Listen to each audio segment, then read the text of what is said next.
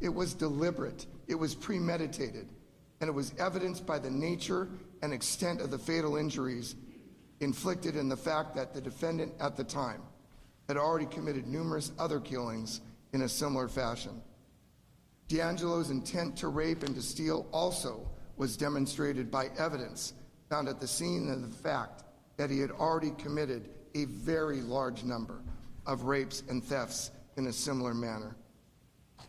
In the afternoon of May 5th, 1986, a real estate agent who had listed the Cruz home for sale found Janelle's body lying face up in her bed and summoned the police. Her head, her neck, and her upper portion of her torso were covered with a comforter. She was brutally beaten. She suffered numerous lacerations and contusions to her face and head. She had bruising to her eyes, her nose, and her lips. 3 of her teeth had been knocked out, and she had swallowed a significant amount of blood. There was a wound near her right wrist. Blue fiber was observed between the fingers of her right hand, on the inside of her right forearm, on the palm of her left hand, on her upper left hand, and on her outer left forearm. The autopsy surgeon, Dr. Richard, advised that the weapon used to murder Janelle would have been something similar to a hammer, however, not necessarily a hammer. A pipe wrench, which had belonged to the Cruz family, had recently been stolen. The wrench was last seen on the ground in their backyard a few days prior to Janelle's murder. Semen was located between Janelle's upper legs and around her buttocks. Vaginal swabs from Janelle also were collected during the autopsy. A mixture of DNA consistent with one foreign male contributor and a female contributor, Janelle Cruz, was generated from the sperm fraction of the vaginal swab.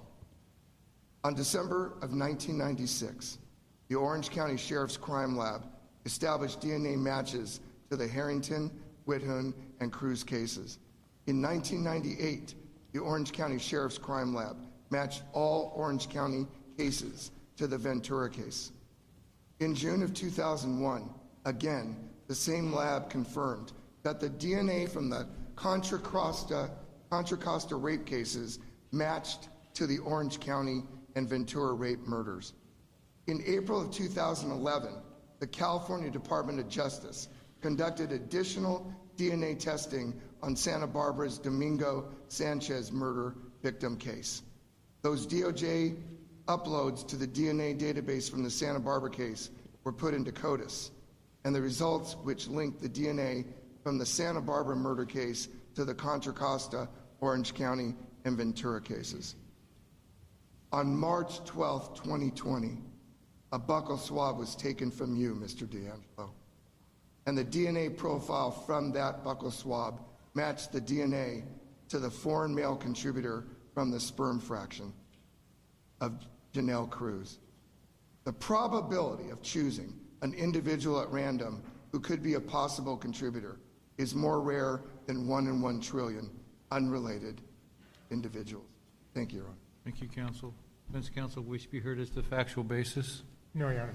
All right, regarding count 13, the murder of Janelle Cruz, that count currently charges an open-ended murder to the allegation that you acted willfully, deliberately, and with premeditation when you unlawfully, with malice aforethought, murdered Janelle Cruz, which occurred June 5th, 1986 in the county of Orange. A violation of Penal Code Section 187(a), that's murder in the first degree. To that charge, sir, how do you plead? Guilty. Further alleged is a special circumstance to the murder of Janelle Cruz. That murder was committed in the commission of rape within the meaning of Penal Code Section 261 and pursuant to Penal Code Section 190.2, paren A, paren 17, paren 3, to the special circumstance to murder in the first degree. Do you admit or deny that?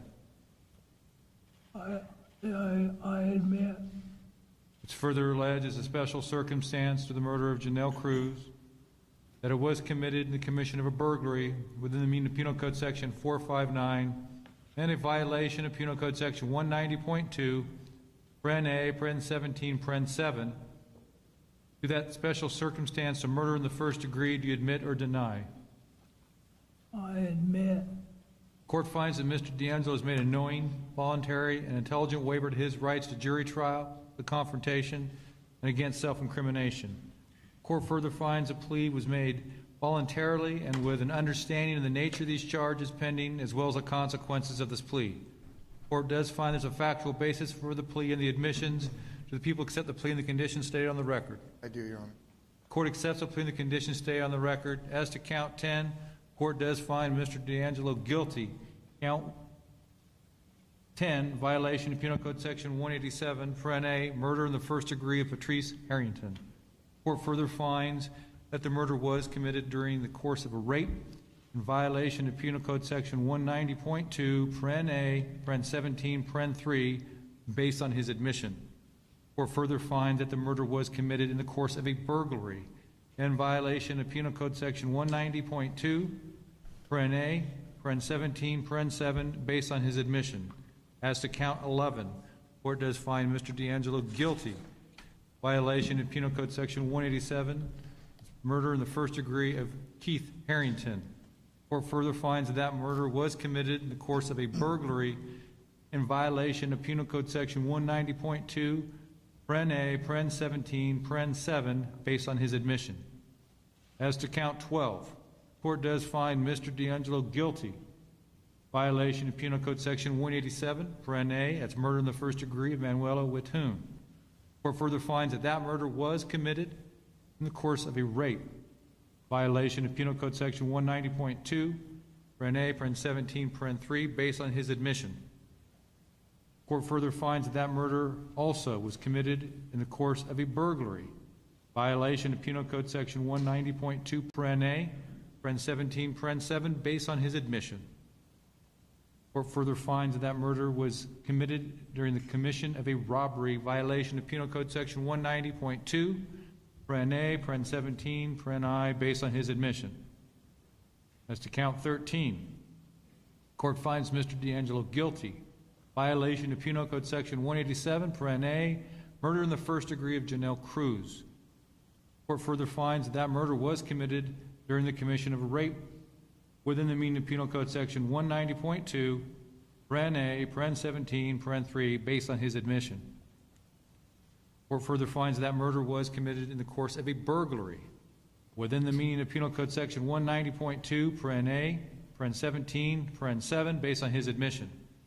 The people waive referral of this matter to the Probation Department for a formal report pursuant to California Penal Code Section 1203, paren B, paren 4, and in its place request a 1203C report. Yes, we do, Your Honor. Defense waive as well? Yes, Your Honor. Anything else from either counsel on this matter? Thank you very much. No. Thank you, counsel. The representative from the Sacramento District Attorney's Office, please approach the podium.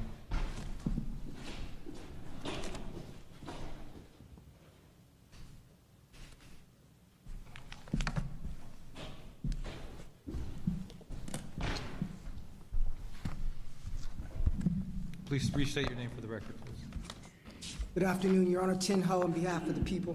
Thank you. Your Honor, I will be providing the factual basis in regards to counts 2 and 3 as it relates to Brian and Katie Maggiore. Brian Maggiore was stationed at Mather Air Force Base and had recently married Katie. Shortly after 9 p.m. on February the 2nd, 1978, they took their poodle for a walk eastbound on La Alegria Drive, located in the city of Rancho Cordova in the county of Sacramento. In the days leading up to February the 2nd, 12 homes in the immediate area reported incidents consistent with classic East Area rapist prowling activities. This area was within a mile of multiple ear sexual assaults. Around 9 p.m., 17-year-old Benny P. was jogging northbound on West La Loma. He saw Brian and Katie walking west on La Alegria with their dog towards him. Then he described seeing a white male wearing a brown padded jacket hiding in the dark near some bushes in front of a house on the opposite side of the street. Then he kept jogging north. As Brian and Katie continued walking, they would have encountered this white male. Minutes later, Brian and Katie Maggiore ended up in the backyard of a home located on La Gloria Way, being chased by the defendant, Joseph DeAngelo. 13-year-old David K. was hanging out on the second floor of his home when he heard a gunshot. Looking out his second-story window into his backyard, David saw Joseph DeAngelo run across an opening where the fence had fallen because of a recent storm into his neighbor's yard. The defendant fired his handgun as he ran towards the patio area, where he fired another shot that struck Brian. The bullet entered Brian's upper chest and tore through his trachea before entering the spinal canal and exiting the body. When the defendant fired this fatal shot, he did so unlawfully and with malice forethought. The defendant's decision to kill Brian Maggiore was willful, deliberate, and premeditated, as evidenced by his pursuit of the victims, the defendant firing multiple shots as he pursued them, and his choice to target vital parts of Brian's body. While her husband was being murdered, Katie fled down the east side of the house. The homeowner, Nicholas O., heard a woman screaming, "Help me, help me." Katie reached the side gate, but it was locked. As she frantically tried to escape, the defendant caught up and shot Katie from behind to the top of her head. When the defendant fired this fatal shot, he did so unlawfully and with malice forethought. The defendant's decision to kill Katie Maggiore was willful, deliberate, and premeditated, as evidenced by the fact that he had already killed Brian, but he chose to also pursue and eliminate the only remaining person who had seen him. Joseph DeAngelo made the cold and calculated decision to kill Katie, and chose to do so by selecting a fatal location to shoot, the top of her head. Upon hearing the gunshots, 16-year-old Carl N. ran to his front yard and saw Joseph DeAngelo jump over the gate where Katie had just been shot. The defendant was now wearing a ski cap type mask, a brown military jacket, and holding a gun. DeAngelo began his frantic escape from the area, running through the winding streets and hopping fences. Deputies found pre-tied shoelaces just a few feet away from Brian Maggiore's body. Nicholas O. told the deputies that the shoelaces did not belong to him. These shoelaces, which had been dropped, were pre-tied with a granny knot, allowing for quick cinching. Shoelaces using the same knots were used in many of the East Area rapist incidents. Joseph DeAngelo sexually assaulted Jane Doe number 13 4 months later in San Ramon. He stole a bicycle that he used to arrive at and escape from that sexual assault scene. Next to where the bicycle had been stolen, detectives found a drop pair of pre-tied shoelaces. Thank you, counsel. Defense counsel wish to be heard as to the factual basis? No, Your Honor. Regarding count 2, it is the charge of murder of Katie Maggiore. Am I pronouncing that correctly, counsel? Maggiore. Maggiore, my apologies. Maggiore. That count currently charges an open-ended murder with the allegation that you acted willfully, deliberately, and with premeditation when you unlawfully, with malice aforethought, murdered Katie Maggiore, which occurred February 2nd, 1978, in the county of Sacramento, a violation of Penal Code Section 187, Paren A, murder in the first degree. How do you plead to that, sir?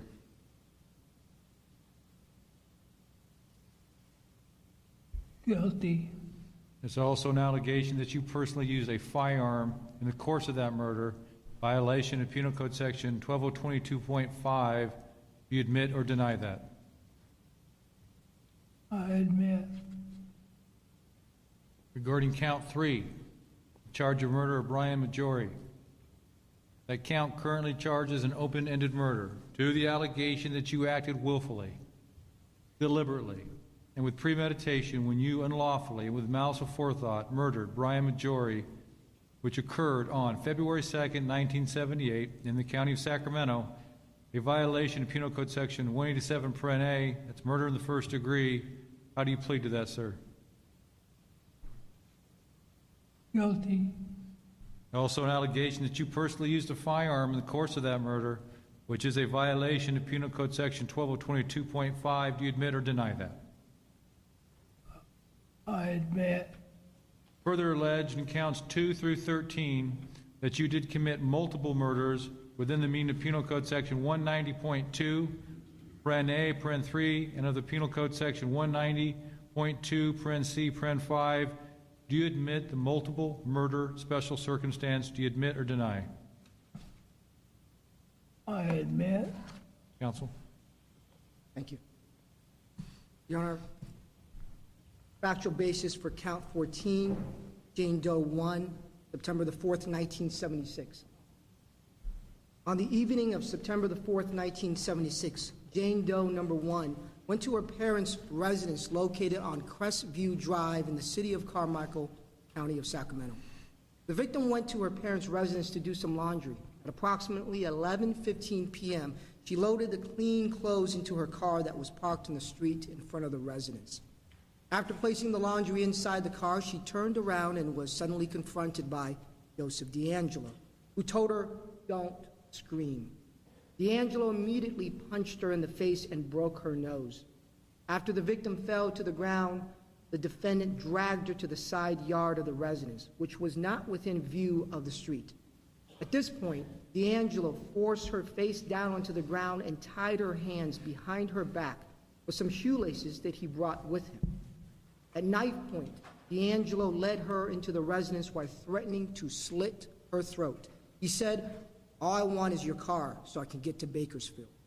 Joseph DeAngelo unlawfully kidnapped and carried the victim away with the intent to commit robbery within the meaning of Penal Code Section 209 and used a knife to do so.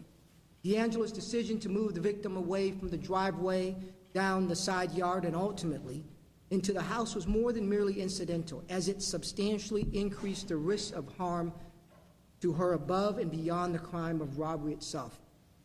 This movement fundamentally changed her environment and greatly minimized the chances of someone seeing the crime or hearing the victim's cries. It increased the possibility of further crimes being committed against her. Once inside the house, DeAngelo held a knife to her throat and placed his penis in her hands, which were still bound behind her back, and forced her to masturbate him. The victim said his penis felt greasy, like he had rubbed lotion on it. DeAngelo then raped and sodomized the victim as she screamed in pain. After forcing the victim to orally copulate him at knife point, DeAngelo continued to sexually assault her multiple times before tying her legs to an electrical piano. While sexually assaulting the victim, he taunted and threatened her by repeatedly saying things like, "You better do it right or I'll kill you. Have you ever done this before? Do you like to quote-unquote fuck? With who?" After the sexual assaults, the defendant ransacked the house and drank beer from the refrigerator. DeAngelo drove away from the scene in the victim's car and stole her purse. Thank you, counsel. Defense counsel wishes to be heard as to a factual basis. No, Your Honor. Regarding count 14 in the charge of kidnapping to commit robbery of Jane Doe 1, having occurred September 4th, 1976, in the County of Sacramento, a violation of Penal Code Section 209. To that charge, sir, how do you plead? Guilty. It's also an allegation that you personally used a knife in the course of that robbery in violation of Penal Code Section 12022 of the Penal Code. Do you admit or deny? I admit. Regarding the uncharged offense of rape of Jane Doe 1, having occurred on September 4th, 1976 in the County of Sacramento, a violation of Penal Code Section 261, do you admit or deny that, sir? I admit. Regarding the uncharged offense of robbery of Jane Doe 1, having occurred on September 4th, 1976 in the County of Sacramento, a violation of Penal Code Section 211, do you admit or deny that, sir? I admit. Counsel. In regards to counts 15, Jane Doe number 2, John Doe 1, on April the 2nd, 1977. Jane Doe number 2 lived at a home with her children in a single-story house on Richdale Way in the city of Orangevale, County of Sacramento. Occasionally, her boyfriend, John Doe number 1, stayed overnight. Around 3:15 a.m. on April the 2nd, 1977, the victim woke up and saw a man at the foot of her bed holding a very bright flashlight aimed at her and her boyfriend. That man was Joseph DeAngelo, who stated, "You see this gun? Stop. Don't move. Lay on your stomachs. I have a .45 with 14 shots, 2 clips, "I want your money." DeAngelo threw shoelaces on the bed and told the victim to tie up her boyfriend's wrists behind his back. DeAngelo said, "Don't make any sudden moves or I'll kill you like I did some people in Bakersfield." Pinning the victim's arms behind her back, the defendant led her out of the bedroom. A few minutes later, DeAngelo returned to the boyfriend and placed a cup and a saucer on his back. Joseph DeAngelo unlawfully kidnapped and carried away Jane Doe number 2 with the intent to commit robbery within the meaning of Penal Code Section 209 and used a gun to do so. He forced the victim into the family room. His decision to move her away from the male partner was more than merely incidental to the crime of robbery itself and substantially increased the harm to her. It was done to both physically and psychologically cripple her will. This movement fundamentally changed her environment and greatly minimized the chances of her escape by removing the threat of someone else who might have stopped, and it exposed her to greater injury. DeAngelo knelt beside her and put his penis in her bound hands, forcing her to masturbate him. Joseph DeAngelo then turned her over, removed her underwear, and said, "You have to tell me the truth, and if you don't, I'll find out and kill you both. Did you fuck tonight?" After orally copulating her, Joseph DeAngelo placed a pair of high heels on the victim's feet and vaginally raped her. After the first sexual assault, she could hear him eating something in the kitchen. About 20 minutes later, DeAngelo returned and vaginally raped her again. He tried multiple positions and continued to rape her until he finally. After several hours, the boyfriend was able to get off the bed, wake up the victim's son, who was sleeping in another room, and run to a neighbor's house for help. Joseph DeAngelo spent hours in their home, eating their food, terrorizing them, and then stole money from their residence. Counsel, you wish to be heard as the factual basis on count 15? No, Your Honor. Regarding count 15 and the charge of kidnapping with intent to commit robbery, Jane Doe number 2, having occurred on April 2nd, 1977, in the county of Sacramento, a violation of Penal Code Section 209. How do you plead to this, sir? Guilty. Regarding the uncharged offense of rape of Jane Doe number 2, having occurred on April 2nd, 1977, in the county of Sacramento, a violation of Penal Code Section 261. Do you admit or deny that, sir? I admit. Regarding the uncharged offense of robbery of Jane Doe 2 and John Doe 1, having occurred April 2nd, 1977, in the county of Sacramento, violation of Penal Code Section 211. Do you admit or deny that, sir? I admit. Regarding the uncharged offense of false imprisonment of Jane Doe 2 and John Doe 1, having occurred April 2nd, 1977, in the county of Sacramento, a violation of Penal Code Section 236. Do you admit or deny that? I admit. Regarding the uncharged offense of making a criminal threat to Jane Doe 2 and John Doe 1, having occurred April 2nd, 1977, in the county of Sacramento, a violation of Penal Code Section 422. Do you admit or deny that? I admit. Counsel? In regards to count 16, April 15, 1977, Jane Doe number 3 stayed over at her fiancé's, John Doe number 2's residence, located on Sherlin Way in the city of Carmichael, county of Sacramento. The home was located next door to a house with a for sale sign on it. On April the 15th, 1977, at approximately 2 a.m., both victims were awakened by a bright light in their faces. Joseph DeAngelo stood at the foot of their bed and said, "Don't turn around. I have a .45 and I will shoot you if you move." DeAngelo handed Jane Doe number 3 some shoelaces to tie up her fiancé, and then he tied her up as well. After DeAngelo ransacked the house, he ordered the victim to help him find her purse. He forced her down the hallway and threatened, "If I hear one noise out of you, I'll blow his head off." He felt the cold blade of a knife against her neck. Joseph DeAngelo unlawfully kidnapped and carried away Jane Doe with the intent to commit robbery within the meaning of Penal Code Section 209, using both a knife and a gun to do so. His decision to move her away from her fiancé was more than merely incidental, as it substantially increased the risk of harm to her above and beyond the crime of robbery itself. This movement fundamentally changed her environment and greatly minimized the chances of escape by removing the threat of someone who might have stopped his felonious crimes, and it increased the possibility of further crimes being inflicted upon her. DeAngelo took the victim to the living room, where there was a robe covering a lamp. In several of the other cases, DeAngelo placed a towel over a lamp or television to create soft lighting. After DeAngelo's arrest in April of 2018, detectives found a towel draped over his computer monitor, creating the same soft lighting. DeAngelo left the victim in the living room and returned to the bedroom, where he placed dishes on top of Jane Doe number 2's back and warned, "If I hear these dishes fall, I'll cut her throat." Back in the living room, Jane Doe number 3 heard a zipper unzip, followed by swishing noises.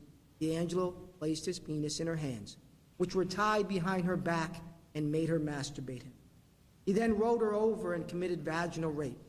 After approximately a minute, the victim heard her fiancé knock something over.